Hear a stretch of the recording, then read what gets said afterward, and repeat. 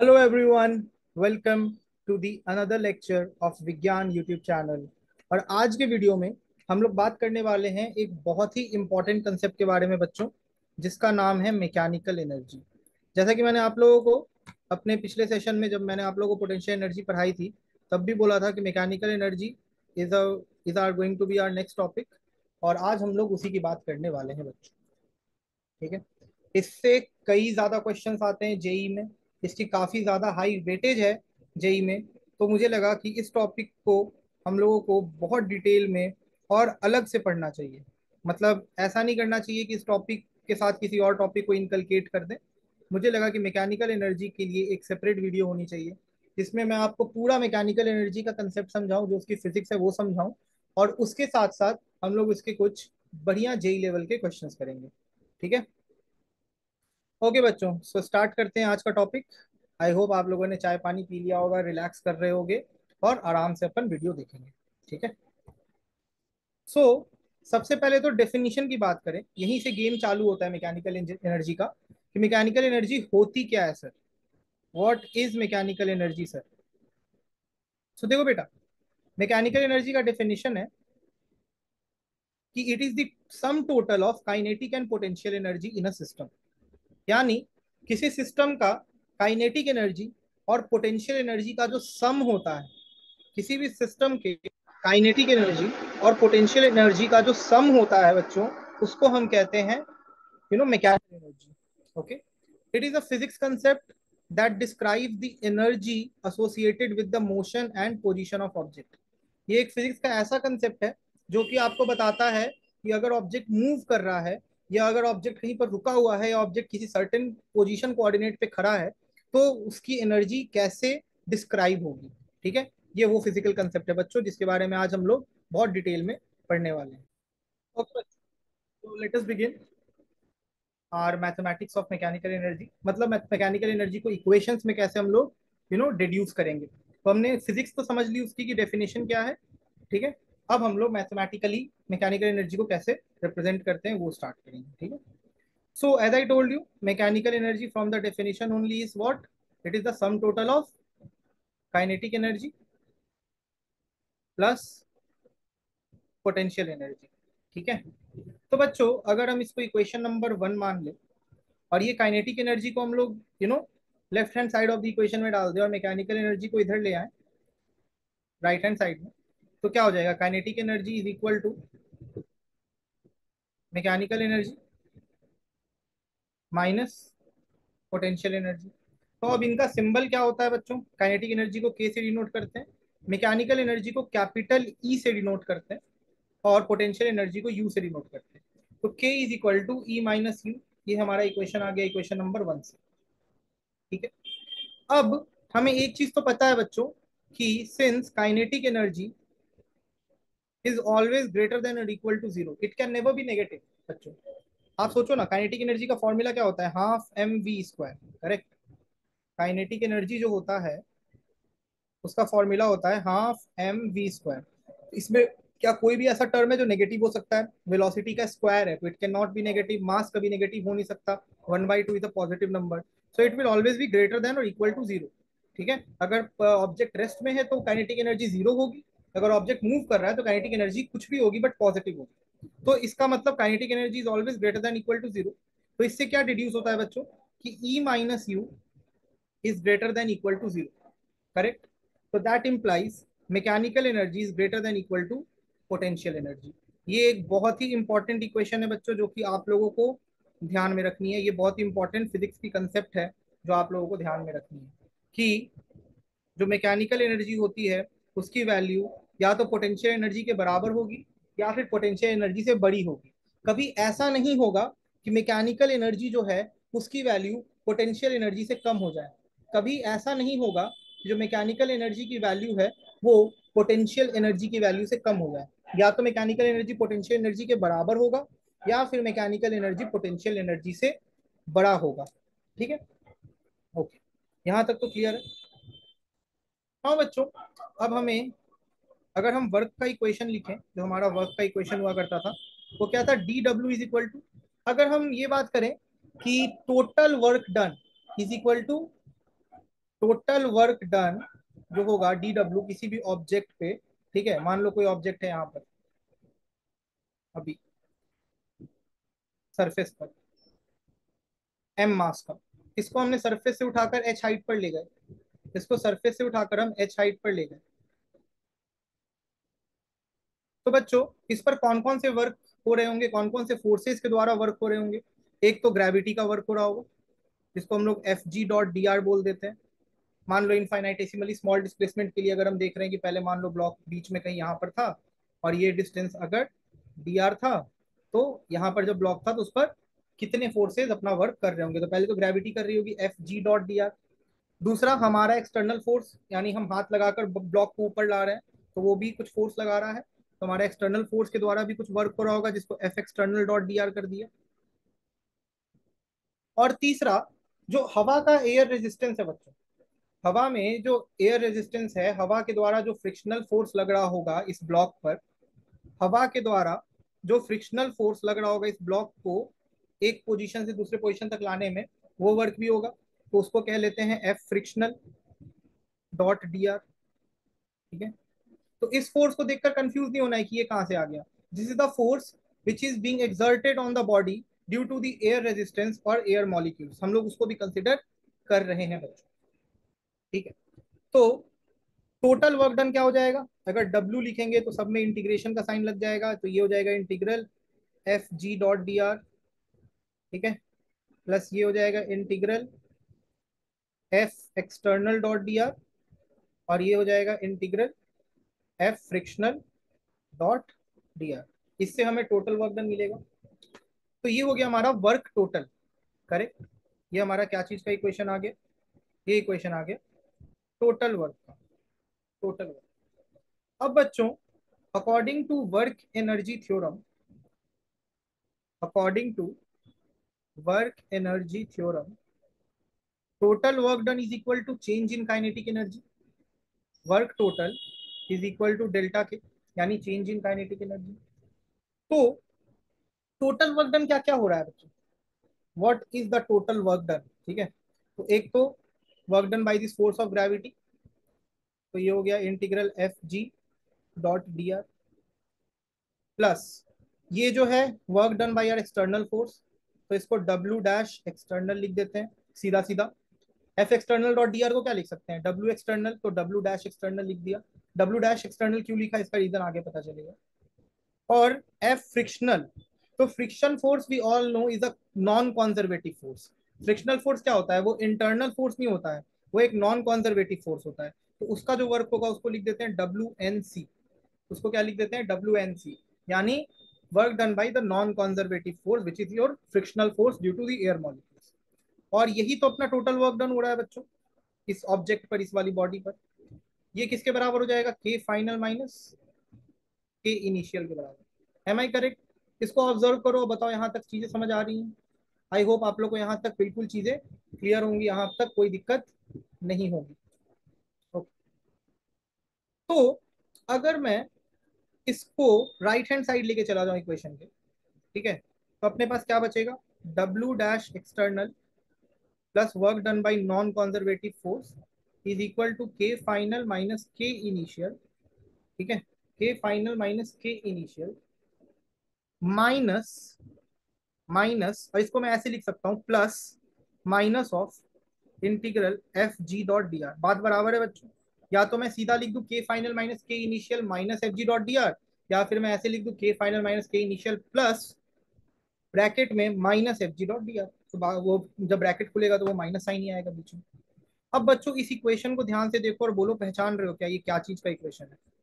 Negative of work done by gravitational force, negative of work done by gravitational force is equal to बच्चों, negative of work done by gravitational force is equal to change in potential energy. We all know that negative of work done by gravitational force or negative of work done by any conservative force is equal to change in potential energy. तो बच्चों अब हम इसको क्या लिख सकते हैं? What can we write here? We can write W external, एक हमारा फोर्स था, ठीक है, प्लस एक हमारा फोर्स था नॉन कंजर्वेटिव, है ना, एक हमारा फोर्स था डब्ल्यू नॉन कंजर्वेटिव। तो बच्चों इन दोनों फोर्स को अगर हम ध्यान से देखें तो ये दोनों फोर्स एक्सटर्नली फोर्स है। एक फोर्स है जो मैं ऑब्जेक्ट पे लगा रहा हूँ इसको एक दूसरे से एक डिस्टेंस से दूसरे डिस्टेंस डिस्प्लेस करवाने में, और एक जो फ्रिक्शन फोर्स लगा रहा है, हवा का जो फ्रिक्शनल फोर्स है वो उस ऑब्जेक्ट पर फोर्स लगा रहा है। तो इन दोनों को कुल मिलाकर हम एक डब्ल्यू एक्सटर्नल ही बोल सकते हैं। ये एक work done by external force ही है। मेरा फोर्स और फ्रिक्शन का फोर्स दोनों एक्सटर्नल फोर्स है, तो इसको मैं डब्ल्यू एक्सटर्नल सीधा लिख देता हूँ। अब समझ आया कि वहां डब्ल्यू डैश एक्सटर्नल क्यों लिख रहा था। W dash external was the work done by the force which I was applying on the block, but this W external is the sum of the work which I was applying on the block and which air friction was applying on the block। दोनों का सम को हमने W external लिख दिया। ठीक है, ये क्या है, K final minus K initial plus delta U. Delta U का मतलब क्या, you final minus you initial. ठीक है, तो क्या इसको हम ऐसे लिख सकते हैं, के final plus you final minus K initial plus you initial. अब बच्चों kinetic energy plus potential energy का सम, यहाँ पर भी kinetic energy plus potential energy का सम, ये हो गया ई फाइनल और ये हो गया ई इनिशियल। तो work done by external forces, work done by external forces is equal to change in its mechanical energy। work done by external forces, यहाँ पे लिख देता हूँ, work done by external forces is equal to change in mechanical energy। change in mechanical energy। तो बच्चों I hope आप लोग को ये बिल्कुल क्लियर हो गया होगा, इसमें कोई डाउट नहीं होगा, इसमें कोई डाउट नहीं होगा। ठीक है, ध्यान से देख लो इस इक्वेशन को, एक बार ऑब्जर्व कर लो। मैंने डब्ल्यू एक्सटर्नल किसको लिखा बच्चों, इन दोनों के सम को। ये डब्ल्यू डैश एक्सटर्नल यानी मेरा लगाया हुआ एक्सटर्नल फोर्स, और डब्ल्यू एन सी यानी फ्रिक्शन का लगाया हुआ एक्सटर्नल फोर्स, दोनों को, दोनों क्योंकि एक्सटर्नल फोर्स है तो दोनों के सम को मैंने एक डब्ल्यू एक्सटर्नल में लिख दिया। ठीक है, एक ब्रैकेट में कर दिया दोनों को, एक ही अम्ब्रेले के नीचे डाल दिया, क्योंकि दोनों सेम टाइप ऑफ फोर्स है। तो ये अपना एक इक्वेशन आ गया, बहुत ही इंपॉर्टेंट। अब इस इक्वेशन के साथ थोड़ी छेड़छाड़ करेंगे, ध्यान से देखना। अब हम लोग इस इक्वेशन के साथ थोड़ी छेड़छाड़ करेंगे बच्चों। Let me add one more slide here.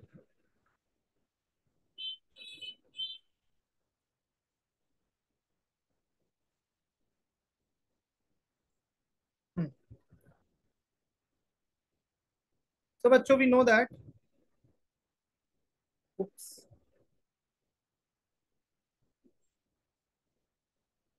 W external is equal to change in mechanical energy, correct, यानी E final minus E initial.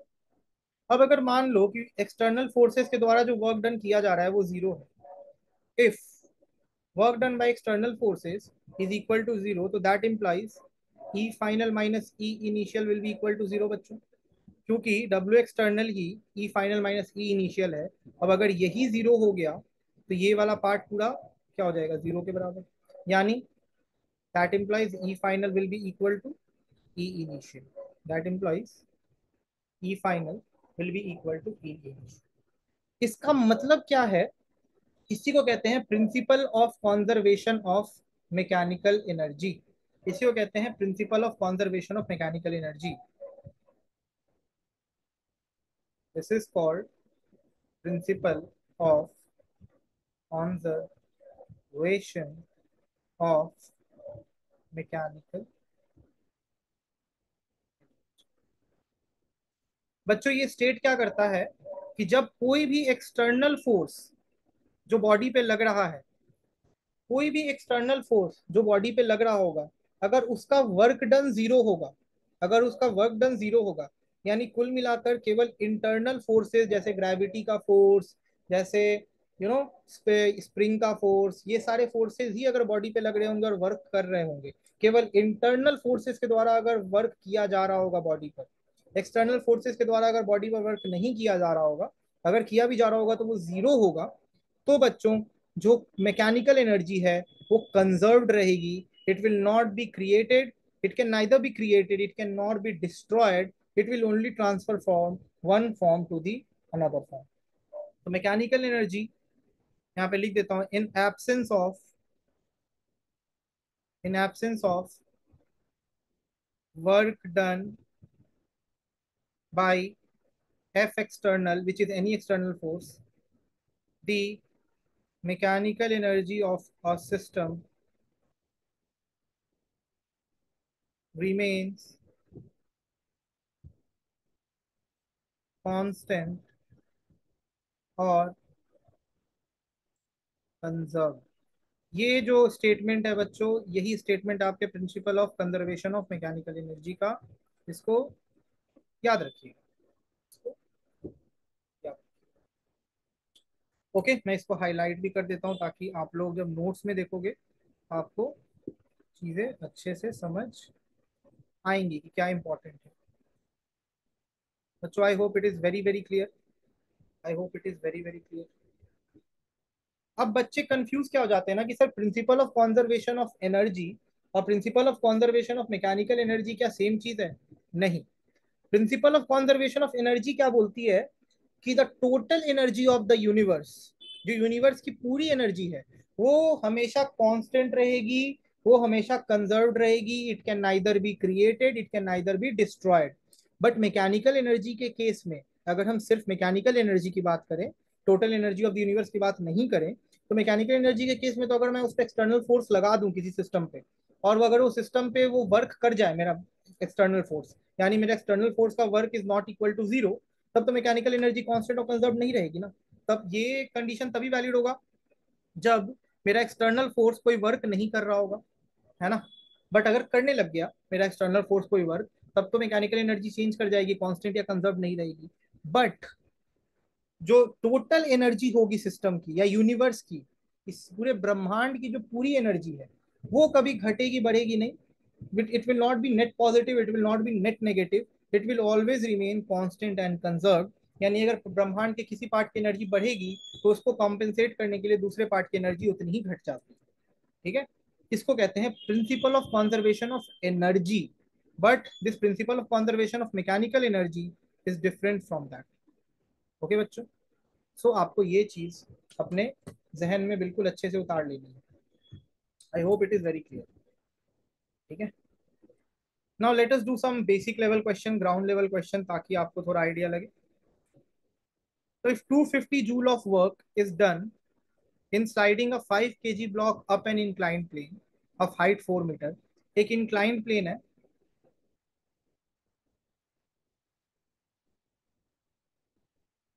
एक इंक्लाइंड प्लेन है, ठीक है। उस इंक्लाइंड प्लेन पर एक कोई ब्लॉक रखा हुआ है 5 kg का, ठीक है। इंक्लाइंड प्लेन की हाइट है, जहां पर ब्लॉक है उससे ऊपर है 4 मीटर। अब हमें ब्लॉक को इस 4 मीटर तक ले जाने के लिए अगर 250 जूल वर्क करना पड़ रहा है, तो फ्रिक्शन अपना वर्क कितना कर रहा होगा, ये पूछा जा रहा है। ठीक है, अगर हम जो फोर्स लगा रहे हैं वो 250 जूल का वर्क कर रहा है इस बॉडी पे, तो फ्रिक्शन अपना वर्क कितना कर रहा होगा जब हम बॉडी को ऊपर खींचकर 4 मीटर ले जा रहे हैं। ठीक है, तो बच्चों, work done by frictional force plus work done by us is equal to change in mechanical energy, अभी हमने पढ़ा। ठीक है, total work done by external force, उसी को हमने ब्रेक कर दिया फ्रिक्शनल फोर्स और मेरे खुद के लगाए हुए फोर्स में।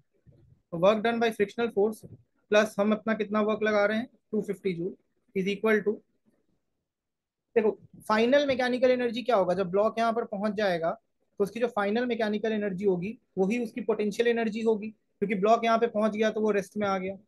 ठीक है, और अब उसके पास जो एनर्जी है वो क्या है, अगर काइनेटिक एनर्जी जीरो है तो उसके पास पोटेंशियल एनर्जी है which is equal to mgh। और इनिशियली भी ब्लॉक रेस्ट में था, ठीक है, तो इनिशियली तो उसकी कोई मैकेनिकल एनर्जी थी नहीं। अगर हम यहाँ से रेफरेंस मान ले, अगर इसको हम एक रेफरेंस लाइन मान ले, तो इनिशियली उसकी वेलोसिटी भी जीरो थी, तो उसकी काइनेटिक एनर्जी भी नहीं थी, और उसकी पोटेंशियल एनर्जी को तो हमने रेफरेंस पे अगर लिया है ब्लॉक को तो जीरो मानना ही पड़ेगा, तो ये जीरो हो गया। तो work done by frictional force, ठीक है, plus 250 is equal to what is m, 5 into G is 10 into H is 4। ठीक है, तो work done by frictional force is, this is 5 10 50 200 minus 250 which is equal to minus 50 joule.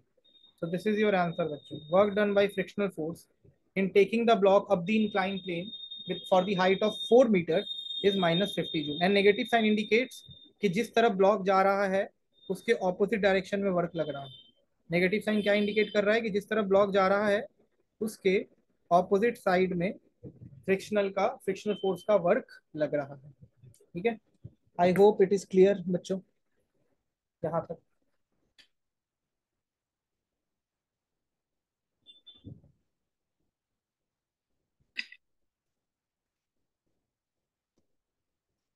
Okay,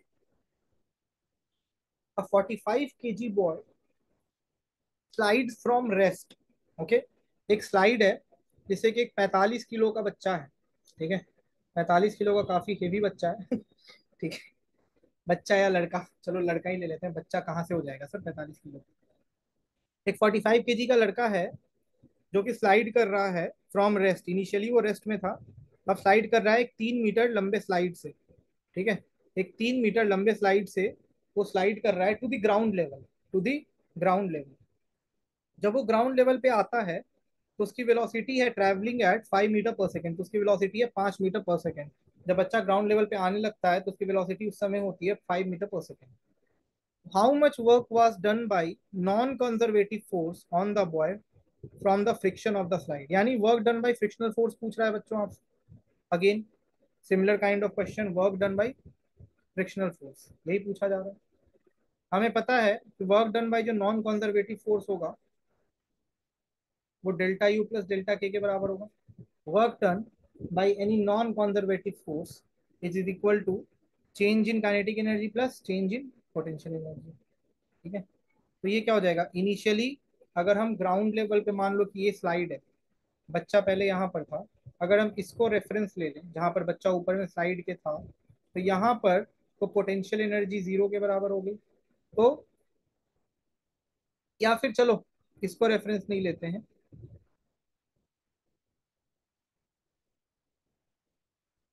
जहां पर बच्चा खड़ा था वहां पर बच्चे की पोटेंशियल एनर्जी जीरो थी और उसकी काइनेटिक एनर्जी थी half M we square, correct. क्योंकि बच्चा जब स्लाइड करने लग गया, हम उस समय से अगर ले रहे हैं, ठीक है, तो उसकी पोटेंशियल एनर्जी क्या होगी, हाफ एम वी स्क्वायर।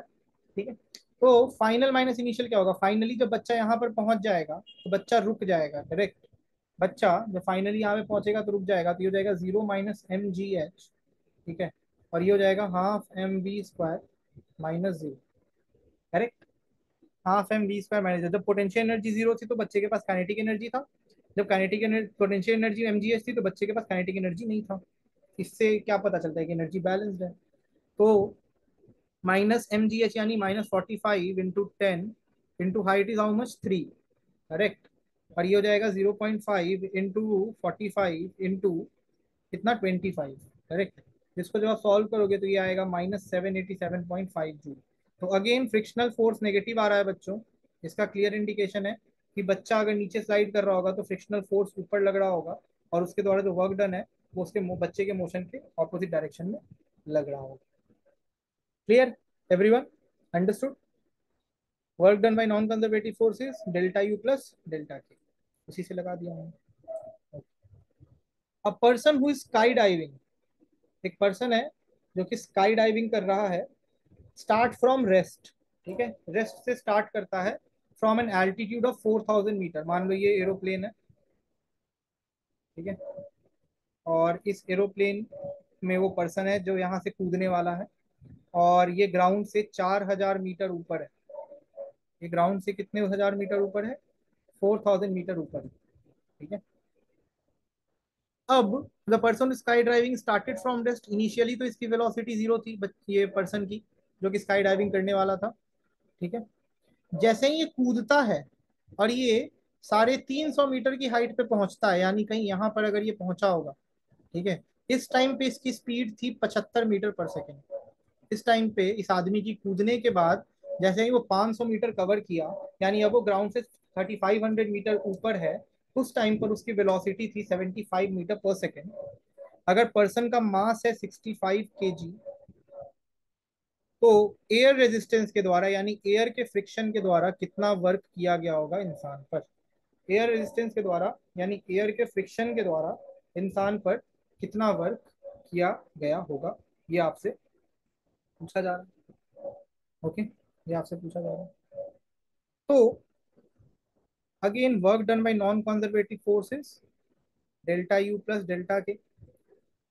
सबसे पहले अगर मैं देखूं डेल्टा यू, तो इनिशियली पर्सन की वेट कितनी है 65 kg। तो इनिशियली जो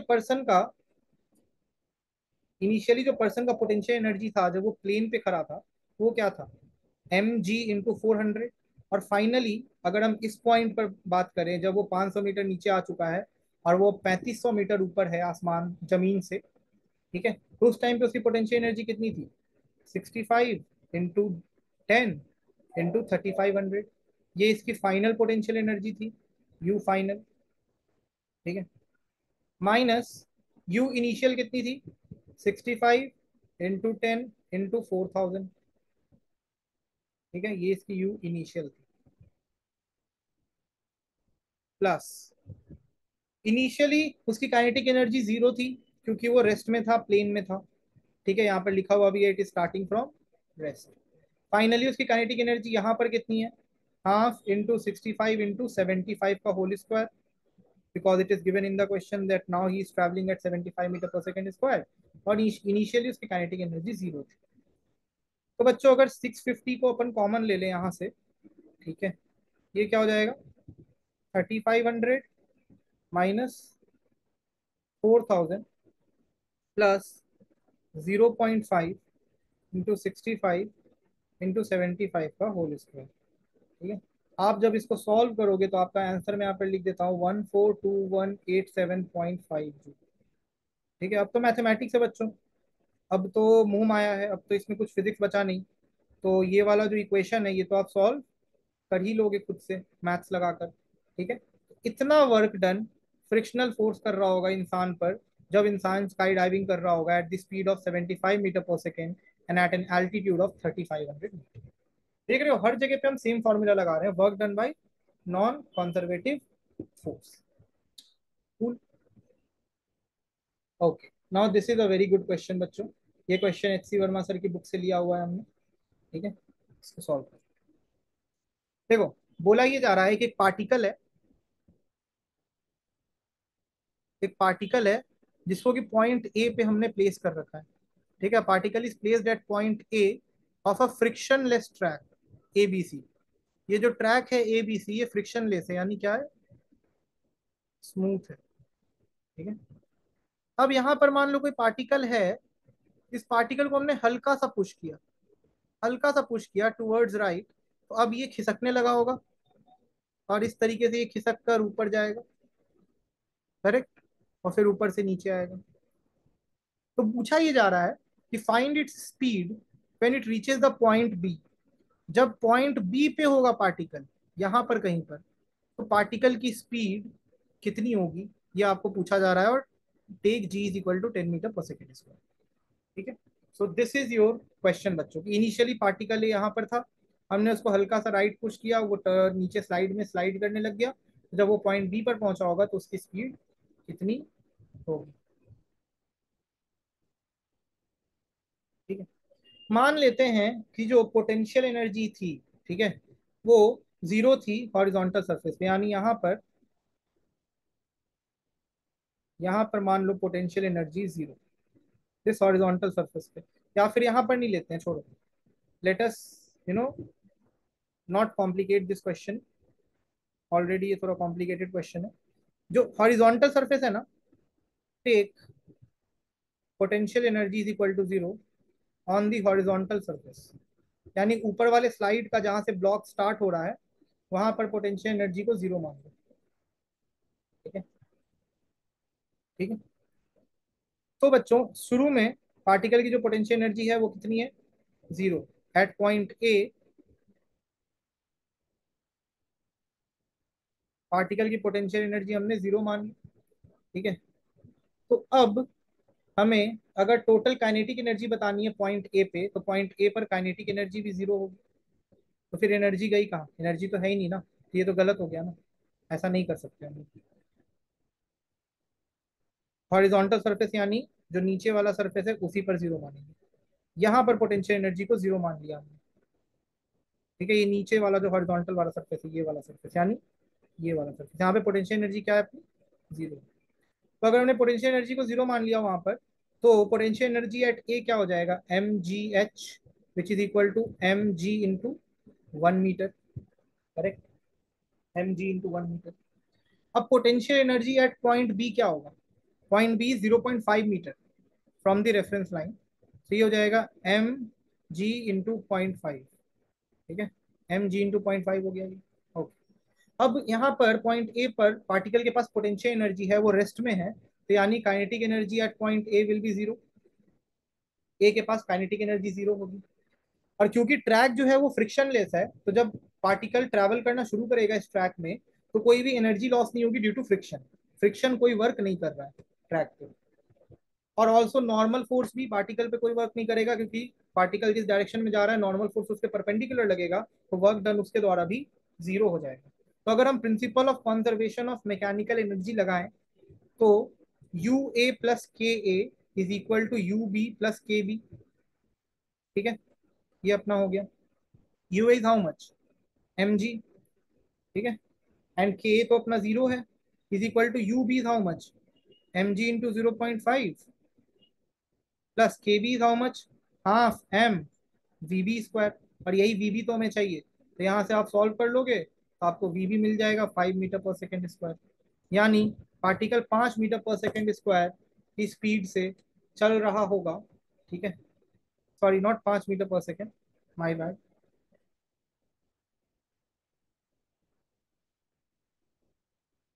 गिव मी अ मिनट बच्चों।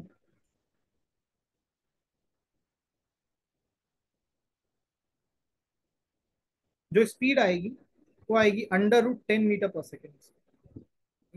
पार्टिकल √10 मीटर पर सेकेंड की स्पीड से चल रहा होगा जब वो पॉइंट बी पर पहुंचेगा, जब वो पॉइंट बी पर पहुंचेगा। ओके, हाँ, so now look at this question. JEE Mains में पूछा गया था ये क्वेश्चन, तो ऑब्वियस सी बात है ये क्वेश्चन में थोड़ा तो दम होगा। बहुत आसान क्वेश्चन है बच्चों, कोई घबराने की बात नहीं है। देखो, a small block start slipping down from point B on an inclined plane. ठीक है, एक इंक्लाइंड प्लेन बना लेते हैं, और ये मान लेते हैं उसका पॉइंट बी है। तो यहाँ पर ब्लॉक रखा हुआ है, और पॉइंट बी से ये ब्लॉक स्लिप करने लगता है नीचे की तरफ। ठीक है, और ये इंक्लाइंड प्लेन थीटा एंगल बना रहा है with the horizontal. The horizontal section B C, यहाँ पर मान लो कोई पॉइंट सी है, ये जो एरिया है ना ये स्मूथ है, यहाँ पर कोई फ्रिक्शन नहीं लग रहा। The horizontal section B C is a smooth surface. और जो सी ए है, मान लो यहाँ पर कोई पॉइंट ए है, ठीक है, वो रफ है, ये सरफेस रफ है। तो मतलब इस एरिया में फ्रिक्शन लग रहा होगा सी ए एरिया में, बट बीसी एरिया में फ्रिक्शन नहीं लग रहा है, इसका कोफिशिएंट ऑफ फ्रिक्शन है म्यू। ठीक है, it is found that block comes at rest as it reaches the bottom. जैसे ही ये देखा गया कि जैसे ही ब्लॉक पॉइंट ए पे रीच आउट करेगा, तो यहाँ पर वो रेस्ट में आ जाएगा, यहाँ पर उसकी फाइनल वेलोसिटी जीरो हो जाएगी। ठीक है, तो if B C is equal to 2ac, यानी बीसी जो है वो एसी का दुगना डिस्टेंस है। यानी बीसी में अगर वो 5 मीटर चला, ठीक है, अगर एसी में वो 5 मीटर चला तो बीसी में वो 10 मीटर चला होगा, और अगर बीसी में वो 10 मीटर चला तो एसी में वो 5 मीटर चला होगा। ठीक है, तो कोफिशिएंट ऑफ फ्रिक्शन गिवन है म्यू इज इक्वल टू के टैन थीटा। तो के की वैल्यू पूछी गई, यानी बेसिकली हमें पहले फ्रिक्शन निकालना पड़ेगा और उससे कोफिशिएंट ऑफ फ्रिक्शन निकालेंगे। बहुत आसान है, देखने में कॉम्प्लिकेटेड लग रहा होगा, बहुत ही लल्लू पुच्चू क्वेश्चन है। और इसको सॉल्व करते हैं। Let me erase this unnecessary part जो कि मैंने आप लोग को समझाने के लिए लिखा है।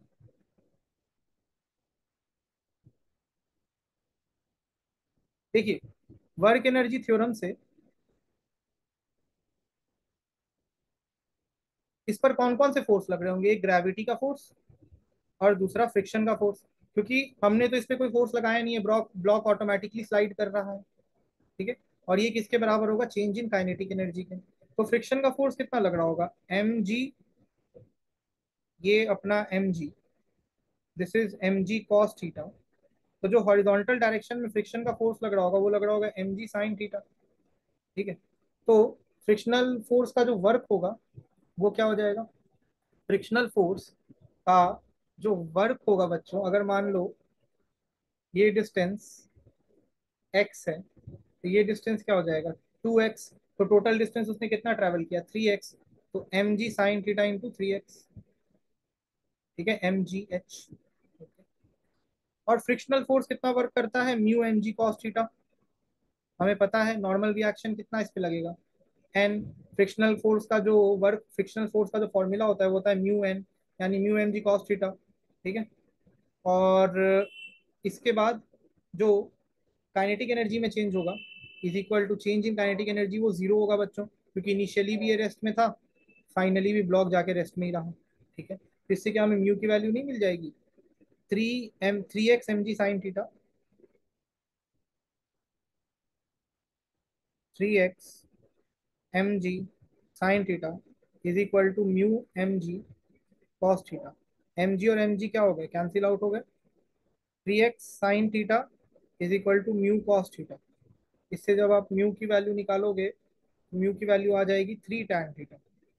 म्यू की वैल्यू क्या आ जाएगी, 3 tan थीटा। यहाँ पर एक्स भी है बच्चों, क्योंकि एक्स डिस्टेंस इसने कवर किया है फ्रिक्शन में। फ्रिक्शन तो सी से ए है ना, तो एक्स डिस्टेंस कवर किया, तो ये एक्स और एक्स भी कैंसिल आउट होंगे। तो के की वैल्यू क्या आ गई, इससे कंपेयर करके के की वैल्यू आ गई 3। के की वैल्यू आ गई।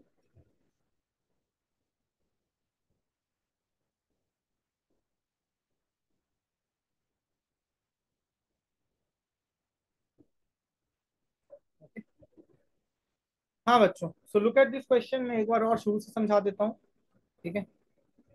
इस डायग्राम को सोच रहा हूँ कि एक बार फिर से बना दूं आप लोगों के लिए, क्योंकि बहुत ही घिचपिच हो गया ये डायग्राम। तो एक बार मैं सुंदर सा एक डायग्राम बना देता हूँ कि आप लोग को क्लैरिटी मिल जाए।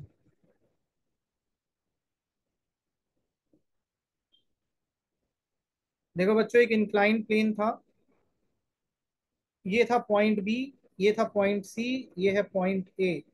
ब्लॉक जब पॉइंट बी पर था वो नीचे स्लाइड करता है, ठीक है। पॉइंट सी से लेके पॉइंट बी जो है वो एक स्मूथ सरफेस है, मतलब बीसी में कोई फ्रिक्शन नहीं है, but AC is not smooth, it is rough. तो एसी में फ्रिक्शन है, तो उसका कोफिशिएंट है म्यू, ठीक है। अब इस पर एक ग्रेविटी का फोर्स लग रहा होगा, और इधर इस पर ग्रेविटी का कंपोनेंट कौन सा लग रहा होगा, MG sine theta, because the inclined plane is making an angle of theta, ठीक है। तो ये अपना ये अपना मतलब क्या कहते हैं, डायग्राम है। ये डिस्टेंस अगर 2x है बच्चों, तो AC का डिस्टेंस अपना x है, because it is given that BC is equal to 2AC। ये हमने लगाया, हमने सॉल्व कर लिया, और हमें म्यू की वैल्यू मिली।